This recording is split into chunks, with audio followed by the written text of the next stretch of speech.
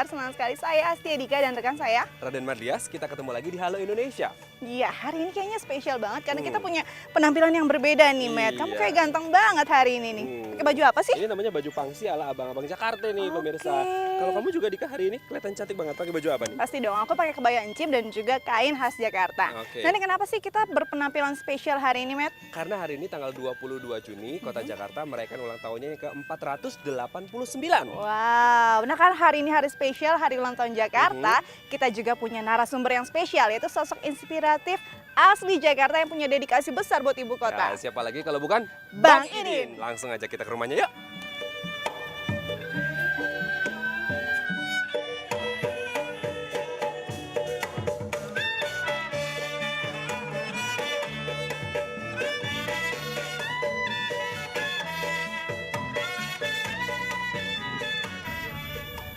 Assalamualaikum, Be. Salam.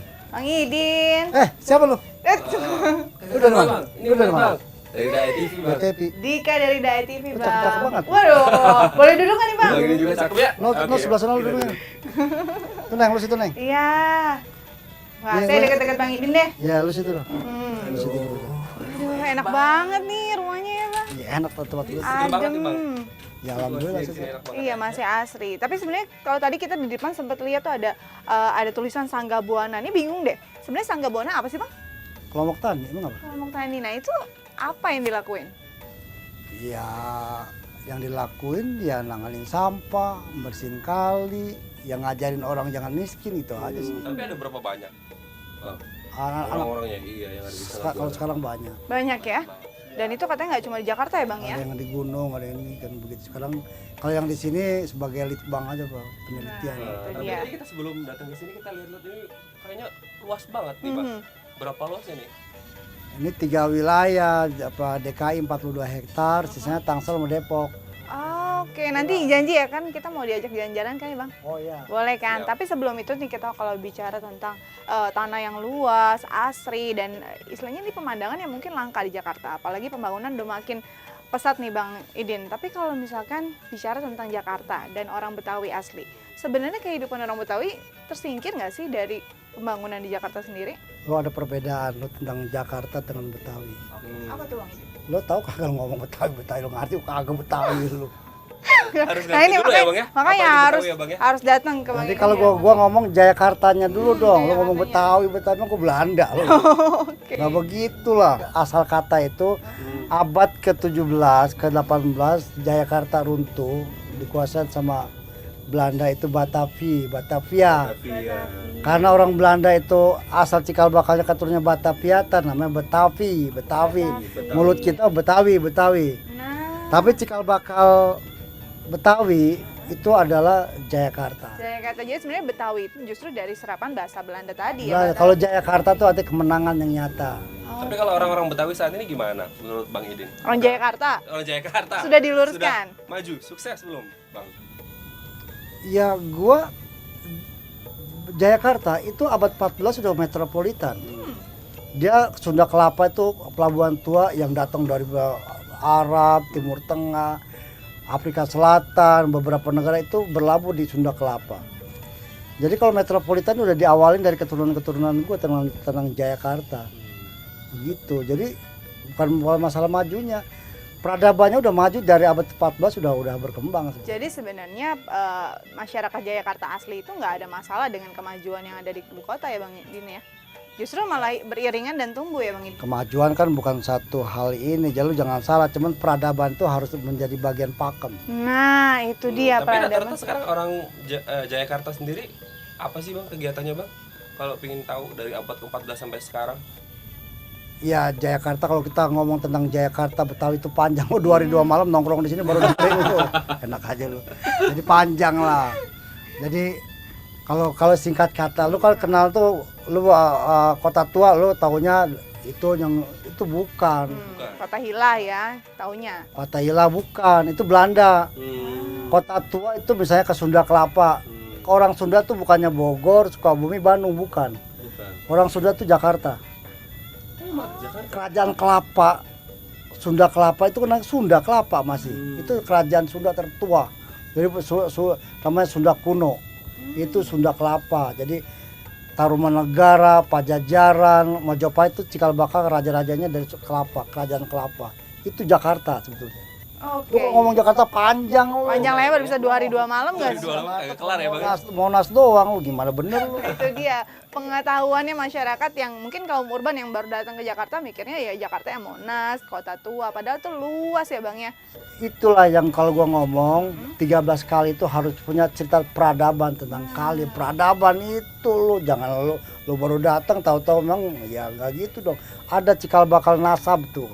Nasabnya tentang Jakarta tuh apa gitu toh. Gua bukan dukun, ini bukan uka-uka gua. Makanya kita pengen tahu nih, kenapa sih istilahnya datang ke sini pengen tahu dan ingin mengenal lebih dekat lagi sebenarnya masyarakat Jakarta atau Jakarta yang tadi seperti apa. Tapi kita mau lihat nih Bang Idin, mau ngajak pemirsa juga melihat bagaimana sih orang asli Jakarta yang hidup di tengah kemajuan ibu kota dalam tayangan berikut ini. Pemirsa, di tengah tergerusnya kebudayaan Betawi oleh arus modernisasi secara global, ternyata di kawasan Setu Babakan, Jakarta Selatan, ada warga dengan etnis Betawi yang justru masih mempertahankan dan melestarikan budayanya beriringan dengan kehidupan kekinian. Siapakah mereka? Pelabuhan Sunda Kelapa adalah bagian dari sejarah lahirnya identitas etnis Betawi dan lahirnya kota Jakarta. Sejak abad ke-5 di bawah kerajaan Tarumanegara, Pelabuhan Sunda Kelapa menjadi pusat kegiatan perdagangan dan pemerintahan. Pedagang-pedagang dari berbagai daerah di Nusantara datang ke Pelabuhan Sunda Kelapa mempertemukan etnis Jawa, Sunda, Bugis, dan Bali. Kesibukan kegiatan dagang ini juga menjadi daya tarik pedagang asing dari berbagai negara Asia, Eropa, hingga Timur Tengah. Tidak heran bila kemudian sejarah mencatat Pelabuhan Sunda Kelapa menjadi pelabuhan yang diperebutkan oleh kerajaan Pajajaran dan penjajah Eropa. Proses akulturasi dari kegiatan perdagangan yang sibuk inilah kemudian menjadi cikal bakal lahirnya etnis Betawi. Betawi menjadi sebutan untuk kelompok etnis yang lahir dari perpaduan berbagai kelompok etnis lain yang sudah lebih dahulu hidup di Jakarta, menjalankan tradisi, dan membangun budaya Betawi yang sangat dikenal lewat keseniannya, mulai dari tari, seni musik, ondel-ondel, kuliner, hingga bahasa Betawi. Namun perkembangan Jakarta yang pesat mendorong tingginya tingkat urbanisasi. Keberadaan masyarakat Betawi asli semakin terpinggirkan. Begitu juga budaya Betawi yang mulai menghilang. Sebagian etnis Betawi yang bertahan dan tergusur memilih tinggal di pinggiran kota Jakarta. Sementara kelompok etnis Betawi lainnya bertahan dan melebur dengan budaya metropolitan. Di Jakarta, sebagian dari masyarakat Betawi bertahan dengan membuka usaha kontrakan. Sebagai penduduk yang lebih dahulu tinggal di Jakarta, masyarakat Betawi memiliki warisan lahan dan tidak jarang dimanfaatkan untuk menyambung hidup. Tanah dijual kepada pendatang atau membangun hunian untuk disewakan kepada kaum urban Jakarta. Bukti nyata kehidupan warga Betawi asli yang tetap mempertahankan budaya ini terlihat di kawasan Setu Babakan, Srengseng Sawah, Jagakarsa, Jakarta Selatan. Sebuah kawasan perkampungan yang pada HUT DKI Jakarta ke-474 lalu, tepatnya tahun 2004, ditetapkan pemerintah Jakarta sebagai tempat pelestarian dan pengembangan budaya Betawi secara berkesinambungan. 3.000 kepala keluarga yang tinggal di sana masih menjalani berbagai tradisi, mulai dari bahasa dialek, kesenian, dan adat Betawi lainnya. Seperti keluarga Bapak Jaya Rohim atau yang akrab disapa Bang Jaya. 15 tahun sudah, Bapak 3 orang anak ini mengelola 8 rumah kontrakan, di mana lahannya diwariskan turun-temurun dari orang tuanya, Kong Rii, yang juga dikenal sebagai juragan kontrakan, karena memiliki 60 rumah kontrakan di kawasan Setu Babakan, Jagakarsa, Jakarta Selatan. Untuk harga sewa 1 unit kontrakan dibanderol cukup terjangkau, yakni Rp600.000 per bulannya. Bang Jaya juga tidak berniat untuk menjual lahan kontrakannya ini kepada orang lain dan memilih untuk mempertahankan tanah warisan ini untuk investasi masa depan.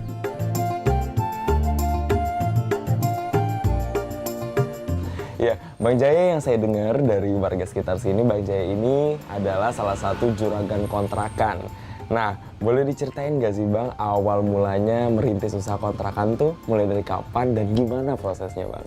Ya syukur alhamdulillah sih istilahnya bisa banyak kayak begitu. Cuma memang saya ketitipan dari orang tua, dikasih rumah, dikasih kontrakan.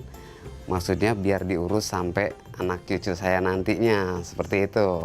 Oke, nah ini kan bisa bilang usahanya dari orang tua, dari warisan orang tua dan di tanah orang tua juga. Kenapa sih Bang concern atau konsis dengan usaha kontrakan? Padahal kalau bisa bilang tanah ini kan bisa dibuat usaha yang lain kayak misalnya warung mungkin, tapi justru tetap memilih membangun kontrakan. Itu kenapa sih Bang alasannya? Kalau orang tua prinsipnya, kalau kontrakan memang kita punya modal awal agak gede ya. Nah, di samping itu kan pulangnya dalam arti kata tuh nggak terlalu langsung barang gede seperti itu. Yang diharapin dari orang tua kita punya kontrakan, tapi tanah kita juga nggak kemana-mana. Dalam arti kata nggak ada istilahnya jual beli. Orang kontrak kasarnya dia betah dia tungguin, dia nggak betah dia pindah, seperti itu Pak. Lain Bang Jaya, lain lagi dengan yang satu ini. Seorang pengusaha bernama Mpok Juani juga bertahan hidup dengan mempertahankan kebudayaan asli Betawi. Dari lapak usahanya, tak sulit untuk menebak usaha apa yang ditekuninya. Ya, dodol Betawi. Berlanjut dengan mengusung merek dodol Nyak Mai, nama ibu kandung dari Mpok Juani, usaha ini sudah berjalan selama 25 tahun. Dikembangkan bersama sang adik, Udin, dodol Nyak Mai masih mempertahankan unsur tradisional. Mpok Juani mengakui, usaha dodol Nyak Mai tak sekedar mencari keuntungan pribadi, namun juga menjadi media untuk berbagi rezeki dengan para tetangganya yang mau membantu memproduksi sedikitnya 40 kg dodol per hari yang dibayar secara honorer. Berkahnya, usaha ini pun sanggup membuat keluarga Mpok Juani bertahan hidup seiring dengan era modern. Alhamdulillah keluarga saya berdua itu dengan usaha dodol itu cukup sampai jalan sekarang udah 10 tahun saya pegang. Ya alhamdulillah rumah udah kebeli, ya kendaraan juga ada, gitu. Sekolah anak-anak ya sampai kuliah. Satu kerinduan Mpok Juani yang lain, ia berharap usaha ini tetap diteruskan ke generasi di bawahnya, agar kuliner asli Betawi ini tetap ada dari masa ke masa. Saya mempertahankan budaya Betawi, tuh jangan sampai kekalahan sama yang lain. Kan sekarang banyak apa-apa yang masuk ke Jakarta, tapi Betawi kan hampir hilang. Nah sekarang kita lanjutin Betawi, jangan sampai hilang. Pemirsa, arti kesuksesan tidak selalu diukur dari jumlah uang ataupun harta yang kita miliki. Seperti penjual dodol Betawi dan juga juragan kontrakan yang mengajarkan pada kita bahwa dengan melestarikan dan mempertahankan budaya untuk tetap bertahan hidup adalah bagian dari kesuksesan. Jason Valino, Javier Almadina, Dae TV. Ya, itu tadi tayangan tentang orang Jayakarta nih Bang, yang udah sukses lah bahasanya. Nah, sekarang dari orang kita beralih ke rumahnya nih Bang. Rumah Betawi itu katanya ada filosofi khusus Bang. Tadi kalau kita masuk itu kayaknya bentuknya unik banget nih Bang. Seperti apa? Ya kayak ini kan namanya Gigi Balang nih. Gigi Balang itu satu literatur peradaban Sunda kuno, ya, dimana orang itu nggak jauh dari sawah, nggak jauh dari padi, Gigi Balang. Dimana kalau orang habis panen bisa nandak tuh nari, itu Gigi Balang. Jadi mengingatkan kita secara biologi tentang alam di sawah, itu Gigi Balang. Rumah Joglo, tempat pertemuan, ngobrol. Kalau misalnya ada masalah keluarga apa, itu kongko tuh. Misalnya ada ini lagi bentar itu harusnya selisih paham ya. Ya kita ngobrol di rumah Joglo, rumah pertemuan loh, berunding kalau bahasa namanya. Begitu, kayak misalnya kayak Balai Kambang, itu rumah yang panggung, itu Balai Kambang. Kalau dia ada apa itu tetap aja ngambang itu enggak. Jadi memang ada filosofinya, bahkan katanya nih Bang ya, ini aja pakaian ini ada filosofinya, nggak bisa sembarangan ya. Sembarang. Coba deh nih. Kalau begini namanya pangsi ya. Pangsi, ada pangsi menak, ada ini pangsi jawara namanya. Iya, pangsi jawara. Nah kalau ini juga katanya ada gunanya. Senjata. Jangan main-main nih. Kayak gimana coba tuh? Nah kayak begitu. Nah itu senjata nih. Sok. Ini pala lu pindah di sini nih. Ya ini senjata, jangan main-main. Kita emang nggak bisa main-main, semua ada filosofinya. Buset lo. Lo kalau gue ini senjata gue nih. Ini juga senjata. Ya makanya ini. Udah bang, nggak usah semua dikeluarin senjata. Deg-degan jadi. Ini bukan senjata, lu bebahayain daripada golok. Waduh. Ini senjata, emang bener bang, ini senjata, ini kan main-main. Ini bukan aksesoris ini. Bukan aksesoris dan semua ada artinya ya. Cekat orang pindah pala. Aduh, nah ini kita juga mau ngajak pemirsa di rumah nih Bang Idin untuk bisa, tadi kan udah Bang Idin jelasin bagaimana filosofi rumah Betawi. Nah kita juga punya tayangan ya, pemirsa lebih paham apa sih yang terkandung di balik rumah Betawi. Rumah adat Betawi memiliki arsitektur yang khas. Salah satu yang paling menonjol adalah lampu gantung yang kerap diletakkan di teras rumah. Rumah adat Betawi terbagi ke dalam 3 jenis, yaitu rumah Betawi Kebaya, rumah Betawi Joglo, dan rumah Betawi Gudang. Ketiga jenis rumah Betawi ini dibedakan berdasarkan desain arsitektur dan kegunaannya. Rumah Betawi Kebaya memiliki bentuk atap yang memanjang ke depan dan belakang. Rumah Betawi Kebaya umumnya digunakan oleh masyarakat Betawi yang tinggal bersama keluarga besar, karena bentuknya yang lebih luas. Rumah Betawi Joglo memiliki bentuk yang mirip dengan rumah adat masyarakat Jawa. Atapnya melebar 4 penjuru, yaitu depan, belakang, kanan, dan kiri. Sedangkan rumah Betawi Gudang memiliki bentuk atap yang melebar ke kanan dan ke kiri, dan digunakan sebagai tempat penyimpanan hasil panen atau ternak masyarakat Betawi. Meskipun memiliki perbedaan fungsi dan desain, namun ketiga rumah adat Betawi ini memiliki ornamen yang sama, yaitu gigi balang, langkan, dan bale. Ketiga ornamen ini memiliki filosofi tersendiri yang mencerminkan karakter masyarakat Betawi. Seperti gigi balang atau jeruji kayu yang dipasang di sekeliling atap rumah, melambangkan kekuatan masyarakat Betawi. Kemudian, langkan atau pagar pembatas halaman yang dibuat terbuka melambangkan sikap keterbukaan masyarakat Betawi dalam menerima perbedaan. Sedangkan bale yang biasa digunakan untuk berkumpul, diartikan sebagai sikap kebersamaan dan kekeluargaan yang masih dipegang teguh oleh masyarakat Betawi. Iya, ada arti dari ornamen-ornamen itu. Tentunya yang saya bilang tadi untuk kekuatan, kebersamaan. Kemudian orang Betawi itu kan menerima dari mana aja gitu ya. Jadi makanya ada langkan dan terbuka gitu. Kalau pintu langkan tuh kan tidak tertutup ya, dia selalu terbuka. Jadi sifat orang Betawi itu menerima dari manapun, suku manapun, welcome gitu. Ketiga jenis rumah adat Betawi ini tak hanya dapat kita lihat di area wisata Kampung Betawi Setu Babakan. Sebagian rumah warga di sekitar Setu Babakan pun mengadopsi desain rumah adat Betawi. Kalau ini saya buat dari tahun 2002 ya, kurang lebih sekitar sekarang 14 tahun. Alasannya pertama karena saya tinggal di perkampungan budaya Betawi, kebetulan juga saya orang Betawi. Saya ya paling tidak tergerak hati saya untuk membuat rumah yang bernuansa Betawi. Wow, Rizky Adrian, Dai TV.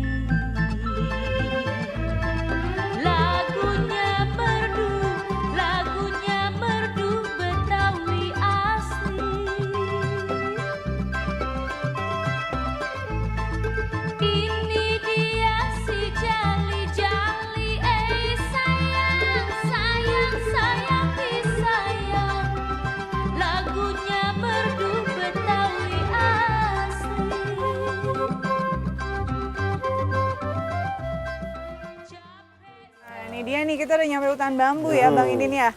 Aduh. Ini kawasan. Kawasan Ini bambunya yang nih. udah sekian ini hampir 1 tahun. Nah ini ya, yang ini baru awal. Nah ini awalnya kultur jaringan namanya. Bahannya dibuat jadi rebung, namanya kultur jaringan tuh dibuat sedemikian, satu rebung itu bisa 3.000 bibit.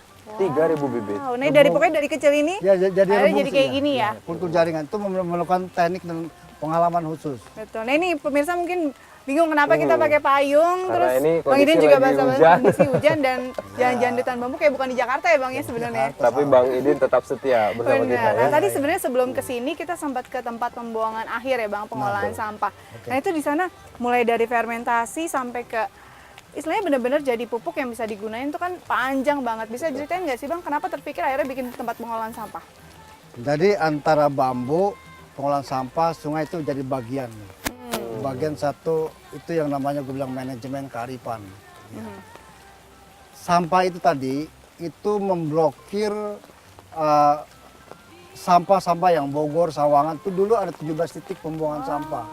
Nah sekarang kan jadi bukan pembuangan sampah, jadi pengolahan sampah. Iya. Jadi seandainya sampah itu kagak gue blokir, ya gue bilang dari tadi, ya mungkin pesawat Soekarno-Hatta pindah Pulau Seribu.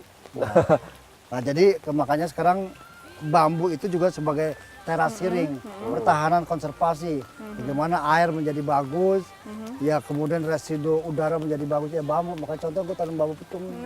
Tapi kalau di tempat pengolahan sampah tadi itu ada konsep tersendiri nggak sih Bang antara sampah organik dengan anorganik? Itu namanya waster ya. Waster. Waster itu adalah sistem pembakaran sampah, tapi yang dibakar adalah panas sampah dibakar oleh sampah sendiri. Jadi sampah dibakar oleh panas sampah. Jadi tiup, pus gitu ya. Jadi benar-benar nggak ada yang terbuang ya Bang. Nah ini kalau bicara tentang zero. benar-benar zero. Nah sebenarnya kalau ini diterapin di Jakarta kan luar biasa ya. Mungkin nggak ada sampah gitu. Tapi kalau kita ngelihat nih Bang, Abang juga lihat ada usaha nih pemerintah selama ini buat bersihin kali, bersihin sampah di Jakarta. Nah sebelum kita ngomongin tentang bambu nih, kita mau lihat dulu nih tayangan berikut ini. Pemirsa, saat ini saya sedang berada di bantaran Kali Kuitang, Kecamatan Senen, Jakarta Pusat. Dahulunya, kali ini adalah kali yang kotor, penuh dengan sampah dan berbau tidak sedap. Namun kondisinya perlahan mulai berubah. Lalu apa rahasia di balik wajah bersih Kali Kuitang ini? Ikuti saya.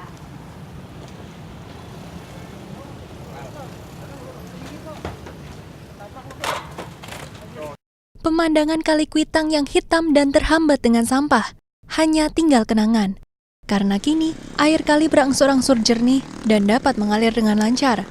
Perubahan ini terjadi berkat kerja keras yang dilakukan oleh pekerja harian lepas atau PHL Badan Air Dinas Kebersihan Kecamatan Senen sejak Februari 2014 lalu.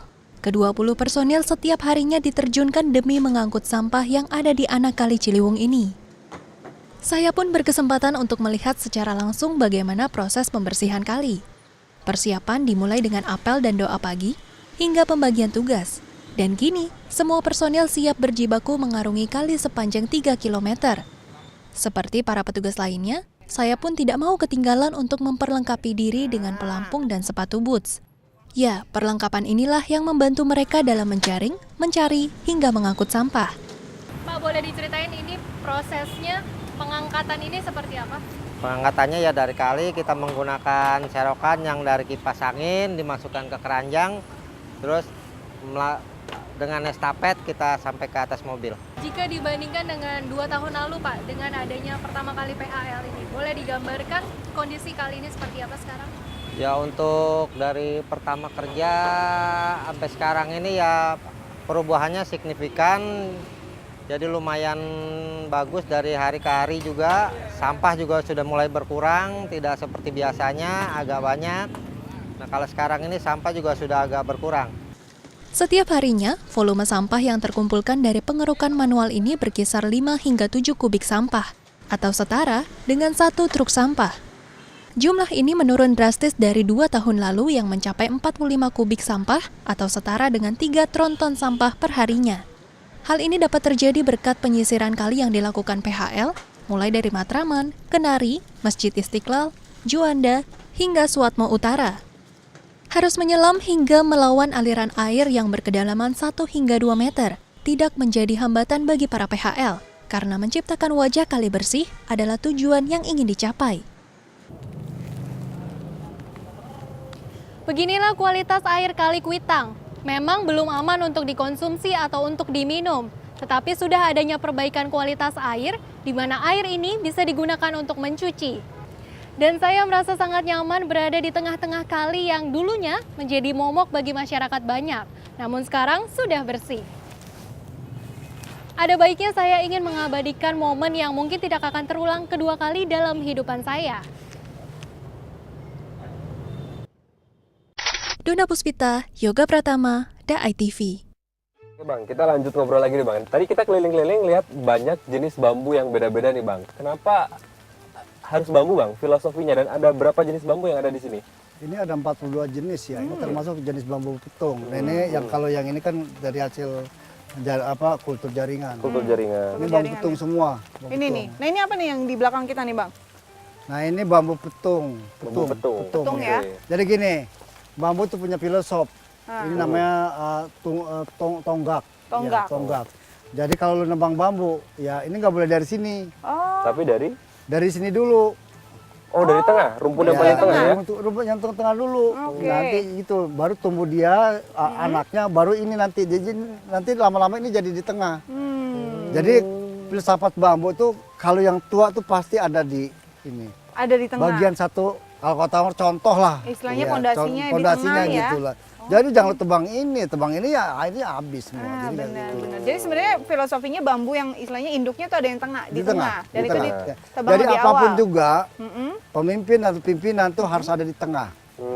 Kalau pemimpin dengan pimpinan beda. Kalau pimpinan diangkat, kalau pemimpin akan tumbuh sendiri. Bedanya di situ. Oke, nah itu kenapa Abang akhirnya mikir untuk memilih, udah deh kita bikin hutan bambu. Kenapa bambu Bang?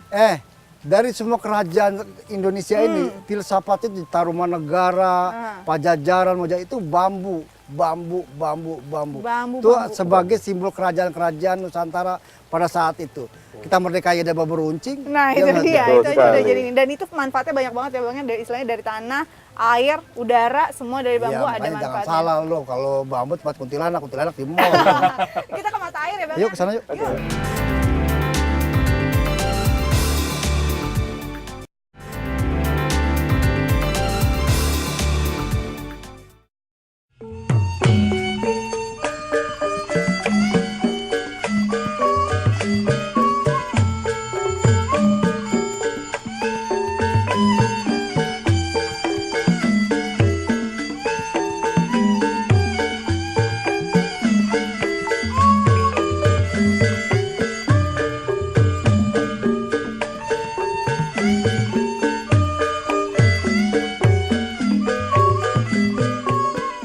Sekarang kita Ini mata air nih. Nah, ke mata ini air. menarik. Wah, Jauh, ini jernih jernih banget, banget. Oh iya. Aduh, Matt kayaknya udah reda deh, kita nggak usah pakai payung. Udah nih, agak reda ya. Kita nggak usah Ini bening nih. Bening banget ya Bang, Iya coba Bang. bahasan tuh. Lu kayak nih bening. Kayak di film-film ya Bang? Iya, tuh. Jadi kayak tuh. Wow. Oh Abang, cuci tangan. Nah, iya bening ini. Waduh, Lo, bening Matt. lo kalau yang jodohnya seret, lo kalau bukan lo mas. Tuh kamu Matt, Iya. yang jodohnya seret. Iya. Semoga cepat-cepat Iya. jodoh. Amin. Nah ini sebenarnya masih ada hubungannya dengan bambu. Justru ini adalah mata air yang memang terbentuk dari hutan bambu di atasnya ya Bang ya? Jadi gini, konsep leluhur kita, karakter kerajaan-kerajaan Tarumanegara, Pajajaran, Majapahit itu setiap di mana gunung tuh bambu. Jadi ada tuh yang ada satu palagan, jangan suka nebang bambu di pinggir gunung, jangan nebang bambu di pinggir kali. Itu abad ke-8 aja sudah dinasihat tentang bambu. Jadi kalau ada bambu itu pemblokir air. Blokir air, residu segala macam. Nah ini mata air, bayangin aja nih. Ini benar-benar nggak pernah kering nih Bang ya? Ini mengalir ke sungai. Jadi gua udah ngasih air segar ke sungai.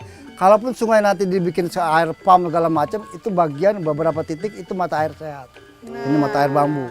Nah ini selain mata air ini juga memang bambu ada fungsi yang lain Bang? Ya bambu sebagai pemblokir air. Dan dia kan sebagai kayak sungai rupanya. Dia sebagai sarang ikan, sebagai koridor burung gitu kira-kira ini. Jadi bambu, kayak bambu. Nah ini mata air yang jelas. Lo makanya bambu sekali jangan diturap. Wah luar biasa. Ini nggak pernah habis Bang? Musim panas terus mengalir terus. Terus ya Bang ya? Nah ini bicara tadi nih emang ada mata air ya Bang. Kalau ngomongin lagi bambu nih, balik ke bambu. Sebenarnya bambu tuh nggak cuma untuk di air, tanah, sampai udara, memang dia punya, istilahnya punya manfaat ya Bang ya? Iya, bambu. Nah itu untuk istilahnya ini kan di Jakarta sendiri nih Bang, polutan, tiap hari kan mobil, buang gasnya kan luar biasa. Apakah itu yang sebenarnya bisa diselesaikan dengan bambu? Bambu paling terbaik untuk menyerap oksigen residu yang paling kuat. Bambu, bambu. Kalau untuk menyerap residu tercemar air juga bambu. Kan gue suka ini ngomel gue. Kan gue di tim sebagai analisa AMDAL tuh ya. Untuk pantai gue ngasih tahu tuh sama orang Klapi, sama ITB segala macam. Nah ini sebenarnya kenapa Bang, kalau orang juga udah tahu Bang Idin sering ngomel, istilahnya sering deh ngasih arahan bahwa bambu tuh turap yang paling bagus, turap istilahnya alami. Tapi kenapa kita turapnya masih turap buatan? Kenapa nggak bisa dilakuin di istilahnya kan sungai semua nih Bang, 13 sungai di Jakarta? Ya justru kalau lo nanganin gini, kalau anaknya kurang ajar, jangan salahin anaknya, bapak monyang, mamanya kurang ajar. Jadi kalau kali banjir, kotor, itu awalnya tuh apa?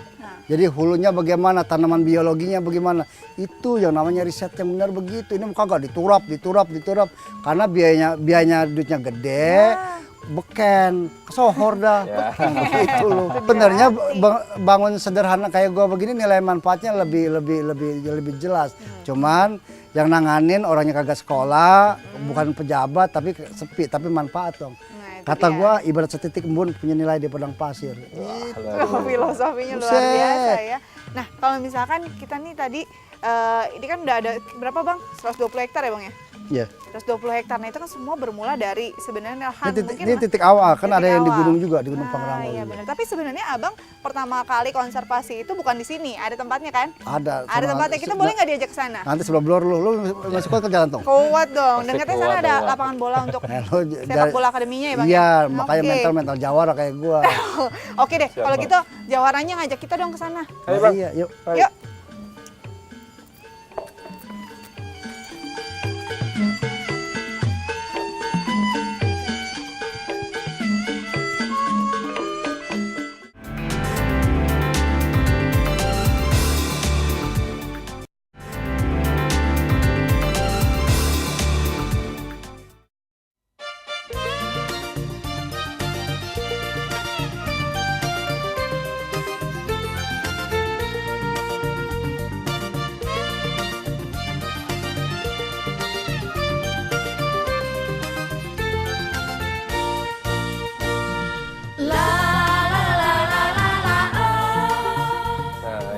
Bantaran kali ya Bang ya? Iya, ini yang tadi Bang Idin bilang ya, bahwa ini adalah tempat pertama sebenarnya Bang Idin konservasi, dan yang tadinya kita juga sempat lihat tadi ada sampah, bekas sampah jadi akademi bola. Dan ini sebenarnya ada pengembangan perumahan yang tetap selaras dengan lingkungan. Ini gimana prosesnya Bang? Ya begini, ini kan gue bikin pelabuhan besok, dermaga namanya. Gue menghayal ke bagaimana kali Pesanggeran kayak Mississippi di Nevada Amerika. Iya, tanya gue begitu. Nah ini tanamannya koridor burung semua. Mereka nggak boleh nanam sembarangan ya. Jadi, dan ini ada tanaman-tanaman langka ya, juga mereka di sini, harus menghadap ke sungai, view-nya ke depan semua ini. Nah ini hutan miniatur biologi nih, 1,5 hektar besok.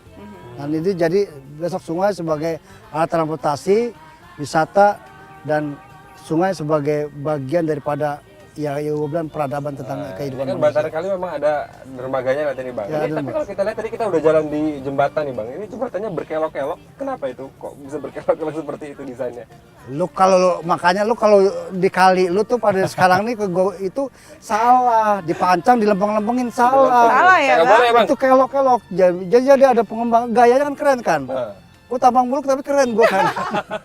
Begitu. Jadi keren terus juga ngerti ya lingkungannya ya. Jadi itu kali mereka yang desain tadi, yang anak-anak ITB itu memang bagaimana kemiringan, konturnya disesuaikan dengan biologi kawasan namanya. Dan ini yang istimewa nih Mer. Itulah yang jadi dikatakan membangun punya nilai-nilai peradaban. Betul, dan ini yang istimewa ternyata ini yang bikin side plan-nya, yang bikin perencanaan adalah anak-anak Desa Anggabuana ya Bang ya? Anggabuana. Jadi memang mereka sudah berdiskusi dan berkomunikasi untuk jangan berantem lah. Iya. Jadi semua pengusaha, masyarakat, ahli itu bagian dari sebuah keindahan. Betul, betul. Gitu. Itulah mental Jawara. Tampang gua serem tapi gua adem. Hatinya adem ya bang. Dan impiannya masih banyak banget. Tadi Oh, kalau misalnya iya. bicara mau jadi kayak tadi dari transportasi dan juga wisata, kali jadi tempat wisata juga itu gimana tuh bang? Inilah ke depan arah 13 sungai yang mengalir semua ke areal Jakarta.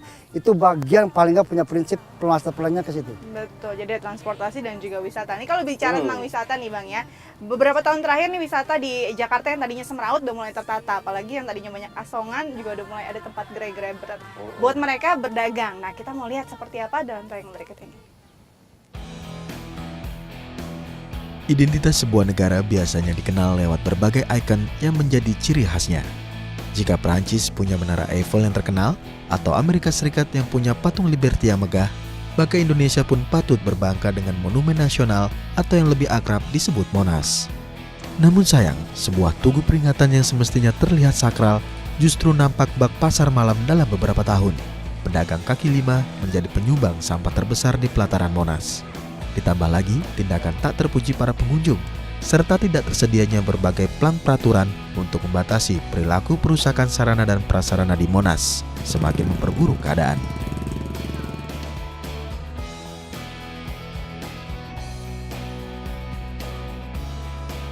Sebuah metamorfosis pun diwujudkan pihak pengelola Monas dengan merelokasi sebanyak 350 pedagang ke sebuah kawasan yang diberi nama Lenggang Jakarta sebagai solusi Monas yang bebas sampah.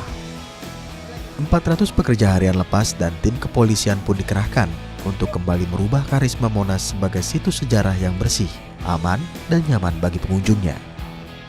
Yang kita harapkan adalah Monas ini harus menjadi tempat yang benar-benar layak dibanggakan, menjadi tujuan wisata seluruh masyarakat Indonesia maupun tamu negara. Lalu yang masih perlu kita benahin adalah fasilitas. Fasilitas sarana prasarana memang belum memadai. Kita masih ingin membangun toilet yang dibutuhkan oleh masyarakat. Lalu hiburan. Di samping itu pengelola Monas juga membatasi jumlah pengunjung menjadi 2.500 pengunjung per harinya yang bertujuan mengurangi kepadatan di Monas sekaligus mempertahankan unsur sakral berbagai situs yang ada di Monas agar tetap terjaga.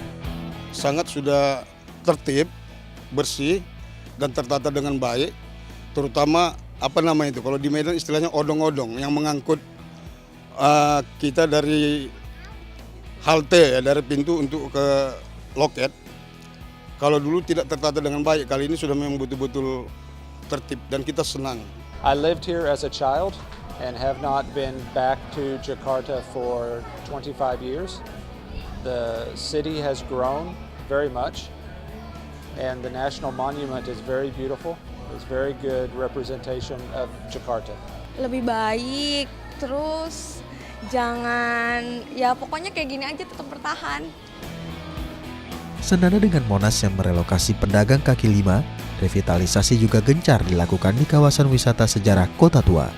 Kini, lapangan Fathahillah atau yang berada tepat di depan Museum Fathahillah sudah bebas pengamen, sehingga pengunjung dapat melenggang bebas tanpa adanya sampah dan hiruk pikuk dari pedagang maupun komunitas yang ada. Yang menarik, wajah otentik Kota Tua pun tetap dipertahankan seiring eksistensi sebuah komunitas bernama Paguyuban Sepeda Ontel Jakarta yang sudah ada lebih dari 30 tahun. Salah satu anggota Paguyuban, Limudi, menyatakan 150 sepeda ontel khas kehidupan rakyat Batavia dipajang setiap harinya agar pengunjung merasa sepeda tersebut identik dengan Kota Tua dan kehidupan Jakarta tempo dulu. Kita untuk menghidupkan bangunan tua, termasuk ya di sini ada Museum Sejarah Jakarta, tempat balai kota, kantor gubernurnya ya. Jadi kita juga harus ke sepeda-sepeda zaman dulu, kita harus lestarikan juga ya. Di koordinir baru lagi lah diadakan ya nggak. Walaupun kita sepeda udah di agak pendek, nggak seperti zaman-zaman dulu ya. Taruhlah harganya cukup murah ya. Tapi kita bisa sewakan buat pengunjung. Jason Balino, Fajar Agustino, Dai TV.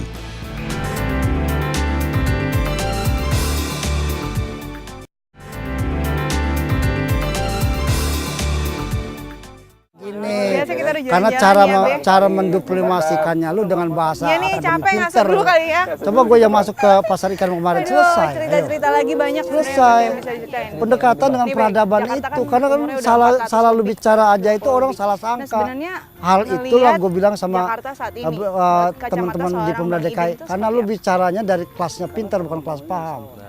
Jadi kalau misalnya bicara tentang apa saja sih perubahan yang terjadi di Jakarta selama ini, Bang, ada MRT nanti nih Bang, terus ada bus gratis juga. Kita saksikan rohnya dulu, baru fisik. Kayak gue nih membangun kan penuh kearifan dengan yang kaya, yang orang biasa, tapi kan punya komunikasi. Timbulnya apa? Ya kesejahteraan sama-sama. Kesejahteraan. Tapi kalau Bang Idin lihat sampai detik ini di umurnya yang ke-489 Jakarta udah punya prestasi yang membanggakan belum sih Bang? Gue masih tanda tanya karena setiap orang menjadi pemimpin di gubernur selalu dia mempropagandakan tentang sekarang lagi kali banjir ya. Jadi seolah-olah sungai itu dibuat bedak doang, buat gincu. Tapi gue pengennya keutuhan. Jadi membangun sungai itu benar-benar sebagai alat transportasi, sebagai alat edukasi, sebagai alat ya konservasi juga itu wisata itu ke depan. Harusnya banyakkan pembangunan sungai daripada jalan layang. Tapi secara keseluruhan sudah baik belum? Dari skala 100% berapa persen sudah baiknya di Jakarta? Baru sekian lah kalau dibandingin ya seumit lah. Seumit ya. Emang perlu proses juga ya Bang Idin ya kalau untuk bisa sampai ke tahap ya tadi kearifan lokalnya juga bisa dibangun. Sebenarnya itu harusnya mulai dari situ ya Bang Idin ya. Kan kalau harusnya, makanya gue bicara di Pantai Indah Kapuk. Jadi bagaimana masyarakat kumuh ditata sedemikian menjadi kawasan sebagai kawasan dia ada mempunyai kemampuan untuk mewisatakan tentang pantai, tentang sungai. Betul. Kayak gue kan sini nggak ada persoalan. Betul ya, sebenarnya komunikasi nggak perlu ada kayak kemarin ada kasus ribet-ribet relokasi. Itu salah karena gini, karena cara menduplikasikannya lu dengan bahasa akademik pinter. Coba gue yang masuk ke pasar ikan kemarin selesai, ayo. Harusnya caranya ke pendekatannya ya Bang. Pendekatan dengan peradaban itu, karena kan salah lu bicara aja itu orang salah sangka. Hal itulah gue bilang sama teman-teman di Pemda DKI, karena lu bicaranya dari kelasnya pintar bukan kelas paham. Nah itu harus memahami. Nah ini kalau misalnya bicara tentang apa saja sih perubahan yang terjadi di Jakarta selama ini ya Bang ya, ada MRT nanti nih Bang, terus ada bus wisata gratis juga. Kita saksikan dalam tayangan berikut ini. Tahun 2018 akan menjadi tahun pembuktian kemajuan transportasi di Jakarta. Karena rencananya, Mass Rapid Transit akan resmi dioperasikan untuk melayani kebutuhan transportasi dalam kota di Jakarta. Pada tahap awal, warga Jakarta akan menikmati layanan rute Lebak Bulus Bundaran Hotel Indonesia, yang tahapan pengerjaannya sudah rampung 50%. Proses pembangunan MRT dibagi ke dalam 2 bagian, yakni 7 stasiun layang dan 6 stasiun lantai dasar, dengan panjang jalur kereta 200 meter. Dengan melibatkan lebih dari 4.000 pekerja. Nantinya, para penumpang MRT akan diangkut dari 13 stasiun. Proyek MRT ini sudah menjadi impian Jakarta sejak tahun 1980-an. Namun beberapa kali batal karena krisis moneter pada tahun 1997 dan ditangguhkan pada masa kepemimpinan Gubernur DKI Jakarta Sutioso. Baru pada masa pemerintahan Joko Widodo sebagai Gubernur DKI Jakarta, kucuran dana pinjaman dari Jepang senilai 16 triliun, akhirnya Jakarta memiliki salah satu transportasi cepat seperti negara Malaysia dan Singapura dan Tiongkok. Dalam proyek pembangunan masa depan Jakarta, MRT akan diintegrasikan dalam sistem transportasi publik. Daya tarik MRT diharapkan bisa membuat mayoritas warga Jakarta mau menggunakan MRT sebagai transportasi ibu kota.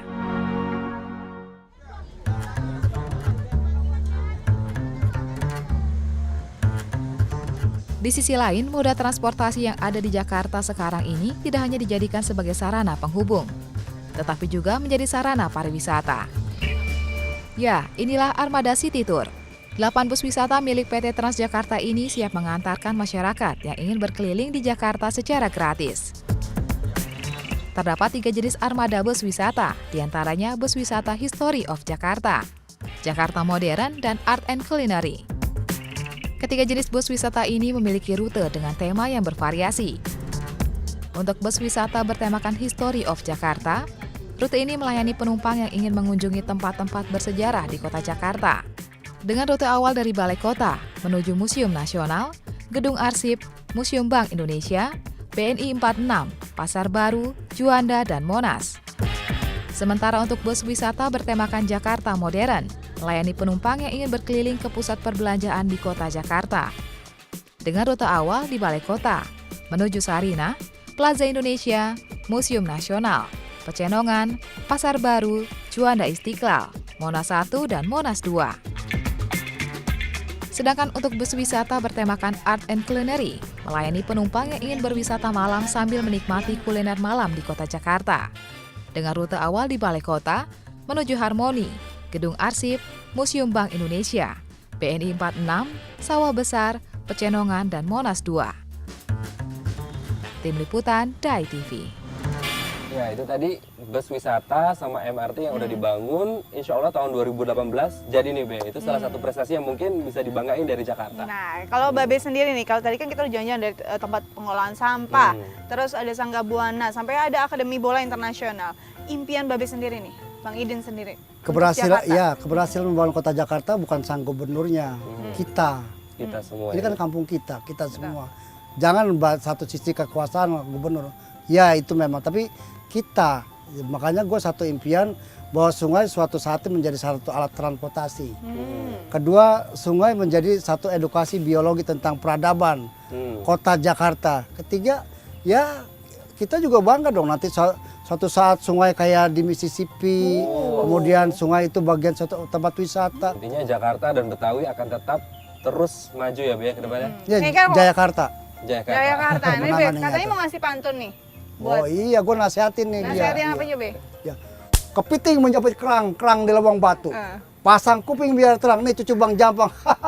Jakarta jangan banjir mulu.